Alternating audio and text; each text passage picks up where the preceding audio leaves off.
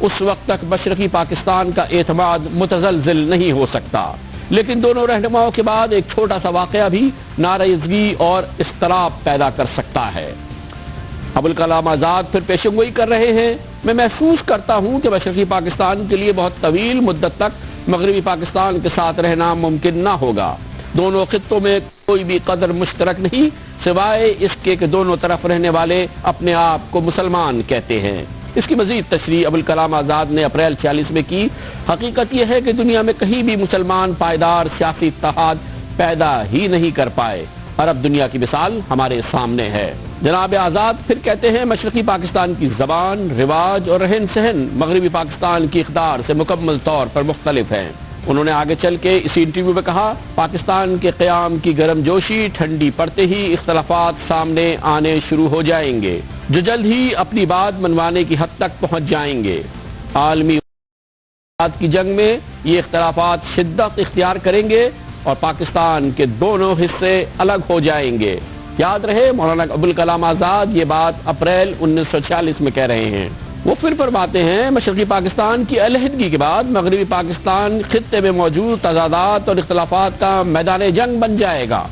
پنجاب، سندھ، سرحد اور بلوچستان کا قومیائی تشخص بیرونی مداخلت کے دروازے کھول دے گا۔ وہ وقت دور نہیں ہوگا جب عالمی قوتیں پاکستان کی سیاسی قیادت میں موجود مختلف عناصر کو استعمال کر کے اس کے حصے بکرے کر دیں گے، جیسا کہ بالکان اور عرب ریاستوں کے ساتھ کیا گیا تھا۔ اس وقت ہو سکتا ہے کہ ہم اپنے آپ سے یہ سوال کریں گے کہ ہم نے کیا کھویا اور کیا پایا۔ مولانا ابوالکلام آزاد کہتے ہیں: اصل معاملہ یقینی طور پر مذہب کا نہیں بلکہ معاشی ترقی کا ہے۔ مسلمان کاروباری قیادت کو اپنی صلاحیت اور ہمت پر شکوک و شبہات ہے۔ مسلمان کاروباری حضرات کو سرکاری سرپرستی اور مہربانیوں کی اتنی عادت پڑ چکی ہے کہ وہ نئی آزادی اور خود مختاری سے خوف زدہ ہے۔ وہ دو قومی نظریے کی آڑ میں اپنے خوف کو چھپاتے ہیں اور ایسی مسلمان ریاست چاہتے ہیں جہاں وہ بغیر کسی مقابلے معیشت پر اپنی اجارہ داری قائم کر سکیں۔ یہ دیکھنا انتہائی دلچسپ ہوگا کہ وہ کب تک اس فریب کاری کو زندہ رکھ سکتے ہیں۔ پاکستان کی موجود سیاسی اور فوجی قیادت کو مولانا ابوالکلام آزاد کی اس پیشن گوئی کو، ان پیشن گوئیوں کو غلط ثابت کرنا ہوگا، لیکن ابھی تک تو یہ غلط ثابت نہیں ہو رہی۔ اسی انٹرویو میں 1946 میں مولانا ابوالکلام آزاد سمجھتے ہیں: میں سمجھتا ہوں کہ اپنے قیام سے ہی پاکستان کو بہت سنگین مسائل کا سامنا رہے گا، جن میں شامل ہیں کئی مسلم ممالک کی طرح پاکستان کی نااہل سیاسی قیادت فوجی آمروں کی راہ ہموار کرے گی۔ 1946 میں ہے مولانا ابوالکلام آزاد کا یہ کہنا۔ پاکستان پر بیرونی قرضوں کا بھاری بوجھ ہوگا۔ پاکستان پڑوسیوں سے دوستانہ تعلقات کا فقدان اور جنگ کے امکانات ہوں گے۔ پاکستان میں داخلی شورش اور علاقائی تنازعات ہوں گے۔ پاکستان کے صنعت کاروں اور نودولتیوں کے ہاتھوں قومی دولت کی لوٹ مار ہوگی۔ پاکستان کے نودولتیوں کے استحصال کے نتیجے میں طبقاتی جنگ کا تصور پیدا ہوگا۔ پاکستان میں نوجوانوں کی مذہب سے دوری اور عدم اطمینان اور نظریہ پاکستان کا خاتمہ ہو جائے گا۔ پاکستان پر کنٹرول حاصل کرنے کے لیے عالمی قوتوں کی سازشیں بڑھیں گی۔ مولانا ابوالکلام آزاد نے 1946 میں فرمایا: اس صورتحال میں پاکستان کا استحکام دباؤ کا شکار رہے گا اور مسلم ممالک اسے کسی طرح بھی تعاون فراہم کرنے کی پوزیشن میں نہیں ہوں گے۔ شرائط کے بغیر دیگر ذرائع سے بھی مدد نہیں آئے گی اور پاکستان نظریاتی اور سرحدی سمجھوتوں پر مجبور ہو جائے گا۔ پاکستان کا یہ انجام ہوگا۔ یہ 1946 میں مولانا ابوالکلام آزاد نے کہا تھا۔ اس وقت عمومی طور پہ ان کے ان خیالات کو مسترد کر دیا گیا تھا پاکستان بنانے والوں کی جانب سے، پاکستان کی تحریک چلانے والے لوگوں کی جانب سے، ان کروڑوں مسلمانوں کی جانب سے جو پاکستان کی تحریک چلا رہے تھے اور مسلمانوں کے لیے ایک نیا خطہ تجویز کر رہے تھے۔ ان کے ذہن میں ظاہر ہے یہ نہیں ہوگا کہ آگے چل کے اس ملک کی قیادت، چاہے وہ سیاسی قیادت ہو یا فوجی قیادت ہو، وہ اس ملک کو اسی انجام کی طرف لے جائے گی جس کی پیشن گوئی جناب مولانا ابوالکلام آزاد نے کی تھی۔ مولانا ابوالکلام آزاد کی پیشن گوئی مزید انہی کی زبان میں ہم آپ کو سنائیں گے اپنے اس نشریے سے ایک چھوٹے سے کمرشل بریک کے بعد۔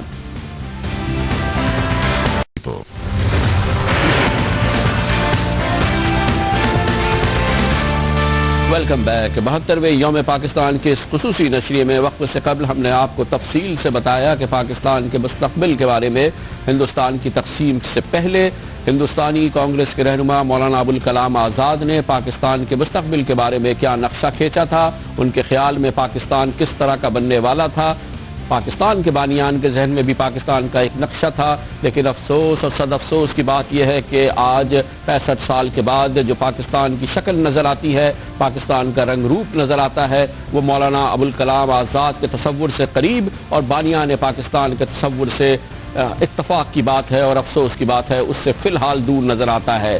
لیکن اب بھی وقت ہے اور وقت باقی ہے، پاکستان کی سیاسی اور فوجی قائدین ملے اور اس بات کا فیصلہ کریں کہ مولانا ابوالکلام آزاد کو جھوٹ ثابت کریں گے اور بانیان پاکستان نے پاکستان کا جو نقشہ کھینچا تھا، پاکستان کا جو تصور پیش کیا تھا، پاکستان کو عین اس کے مطابق بنائیں گے۔ مولانا ابوالکلام آزاد اس بارے میں جو کچھ کہتے رہے ہیں وہ ہم نے آپ کو بتایا دوران اسی ہندوستان کی تقسیم سے قبل اور اس کے فوراً بعد مسلسل ان کا اصرار تھا کہ یہ عمل درست صحیح نہیں ہے، مسلمانوں کے لیے بھی اور مسلمانوں کی قوت کے لیے بھی۔ مختلف مواقع پر انہوں نے تقاریر کی، ان میں سے ایک تاریخی تقریر میں انہوں نے اس بات پر زور دیا تھا کہ دراصل مسلمانوں کی قوت تقسیم ہو جائے گی پاکستان بننے سے اور اس سے سراسر مسلمانوں کو نقصان ہوگا۔ مولانا ابوالکلام آزاد کے افکار خود انہی کی زبان میں۔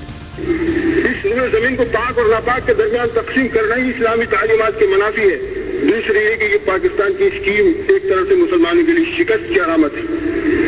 ہندوستان میں مسلمانوں کی تعداد 10 کروڑ کے اندر ہے اور وہ اپنی زبردست تعداد کے ساتھ ایسی مذہبی و معاشرتی صفات کے حامل ہیں کہ ہندوستان کی قومی و وطنی زندگی میں پالیسی اور نظم و نسق کے تمام معاملات پر فیصلہ کن اثر ڈالنے کی طاقت رکھتے ہیں۔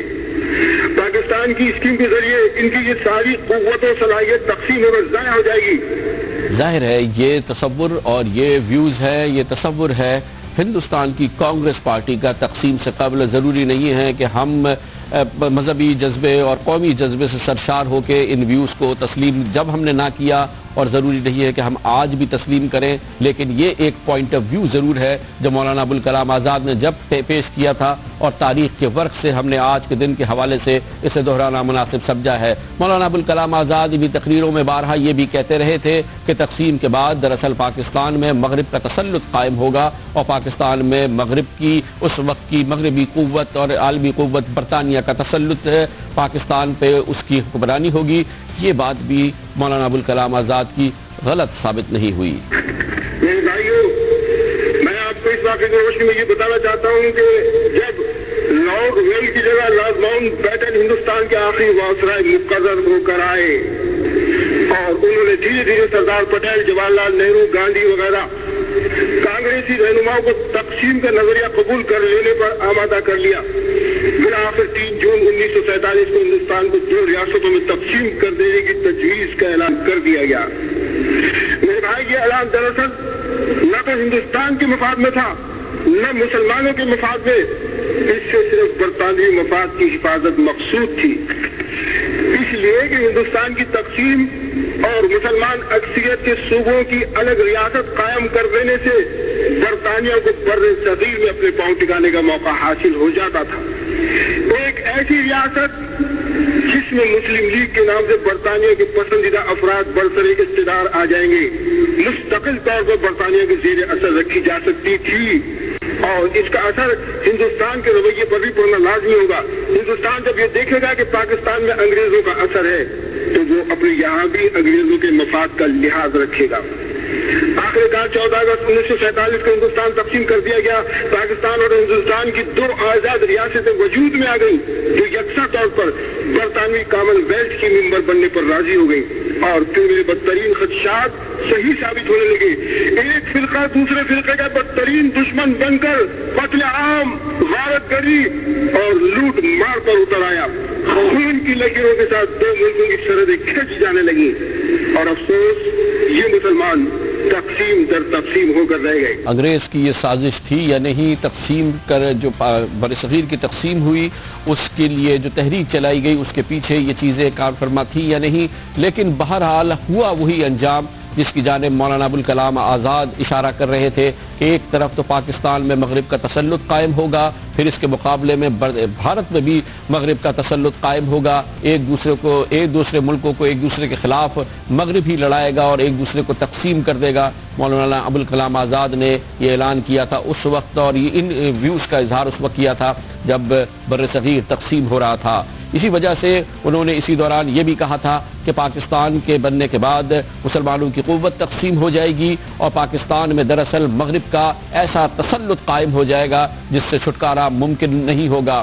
دراصل پاکستان کے بانیان نے ظاہر ہے کہ یہ تصور نہیں کیا تھا پاکستان کے مستقبل کے بارے میں، اسی لیے مولانا ابوالکلام آزاد اپنی تقاریر میں اور اپنے انٹرویوز میں مسلسل یہ کہتے رہتے تھے کہ جب قائد اعظم محمد علی جناح اور لیاقت علی خان اس پاکستان سے یا اس دنیا سے رخصت ہوں گے، جب اس دنیا سے رخصت ہوں گے تو اس کے بعد پاکستان میں اس قسم کی جمہوری سیاسی اور بالادستی یا پختگی اور سیاسی شعور والی قیادت نہیں ہوگی۔ اس کے بعد جو پاکستان کی سیاسی قیادت ہوگی دراصل وہ ملک کو مغربی تسلط کی طرف دھکیل دے گی۔ اسی لیے مولانا ابوالکلام آزاد کا کہنا تھا اب اگرچہ ہندوستان نے آزادی حاصل کر لی لیکن اس کا اتحاد باقی نہیں رہا۔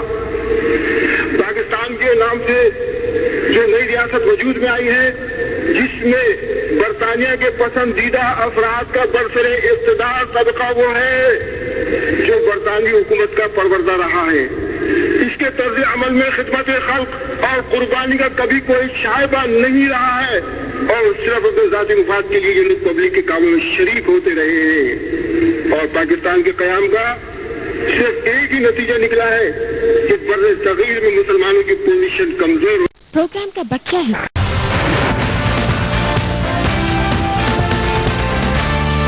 بہترواں یوم پاکستان ہے اور آج 72ویں یوم پاکستان والے دن اس مادر وطن کی کیا کیفیت تھی اس کا ایک مختصر جائزہ آپ کی خدمت میں پیش کرتے ہیں جو کہ شاید آپ کے لیے حیران کن نہ ہو لیکن تکلیف دہ ضرور ہے۔ آج سارا دن کراچی کے وسط میں لیاری کے علاقے میں پولیس اور مظاہرین کے درمیان شدید گولہ باری اور آنسو گیس کا تبادلہ ہوتا رہا، فائرنگ کا تبادلہ ہوا ہے۔ کوشش یہ ہے کہ پولیس پہنچے لیاری کے ان علاقوں میں جہاں جرائم پیشہ گروہ آپریٹ کر رہے ہیں اور جہاں سے کراچی کے ہزاروں تاجروں کو بھتے کی پرچیاں پہنچائی جاتی ہیں۔ پولیس ان جرائم پیشہ اڈوں تک پہنچنے میں ناکام رہی ہے اور اب اطلاعات کے مطابق وہاں پہ رینجرز پہنچ گئی ہے لیکن مزاحمت کا سلسلہ اب بھی جاری ہے۔ یہ حال ہے پاکستان کے سب سے بڑے شہر کراچی